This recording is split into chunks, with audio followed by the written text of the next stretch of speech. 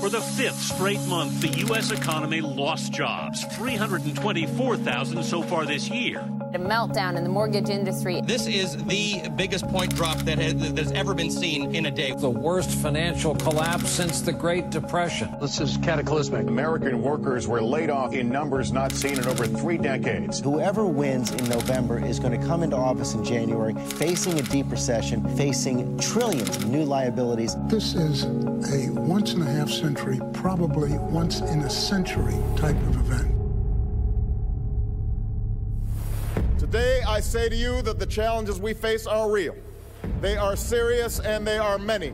They will not be met easily or in a short span of time. But know this, America, they will be met. On the day Barack Obama took office, America had already lost 4.4 million jobs. An economic disaster, the worst in a generation. Some said America's best days were behind us. But like America, he dug deep, fought back, and never lost faith in our ability to meet the challenge. The president's stimulus plan saved up to 4.2 million jobs, including teachers, construction workers, police and firefighters working to build a stronger America. And when a flagship of the American economy was going down, his auto rescue forced companies and workers to retool and restructure, saving 1.1 million jobs. Today, for the first time since 2004, all 3 U.S. automakers are operating at a profit. Don't bet against the American worker. And now, instead of losing jobs, we're gaining them. The first increase in manufacturing jobs in a decade. And over the last 25 months, 4.1 million new private sector jobs. And while there's still more to do, there's been real progress.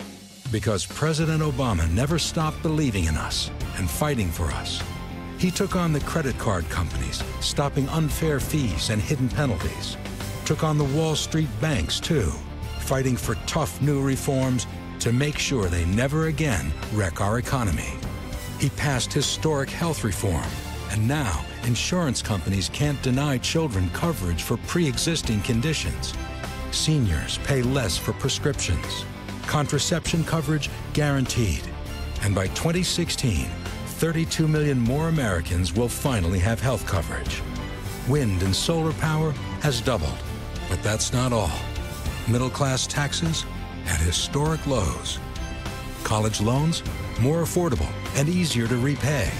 Equal pay for women protected by an historic new law. Don't ask, don't tell. History. Hard work. Determination. Real results. But instead of working together to lift America up, Republicans were waging a campaign to tear the president down. Virtually every Republican has decided to just say no to anything the president proposes. Put me in the no column. Vote no. Vote no. Republicans are getting a rap as the party of no. Yesterday, in the end, not a single Republican voted for the bill, and apparently the relative merits of the legislation had little to do with it. Our top political priority over the next 2 years should be to deny President Obama a second term. And still, he persevered, here at home and as commander-in-chief. Over the last 2 years, you've seen a depletion of the senior bench for al-Qaeda. Anwar al-Awlaki has been killed. Another huge victory in the war on terror. And then there was the victory no one saw coming. As an NBC News special report. This is CNN Breaking News. Tonight, I can report to the American people and to the world that the United States has conducted an operation that killed Osama bin Laden, the leader of al-Qaeda, and a terrorist who's responsible for the murder of thousands of innocent men, women, and children. This is truly one of those moments people will remember where they were when they heard Osama bin Laden is dead. And now, the war in Iraq is over. For nearly 9 years, our nation has been at war in Iraq. So as your commander-in-chief, and on behalf of a grateful nation, I'm proud to finally say these 2 words: welcome home. A promise kept by a president who understands America's promise. who understands America's greatness comes from a strong, secure middle class. That's the America President Obama believes in. And that's what he's fighting for every day.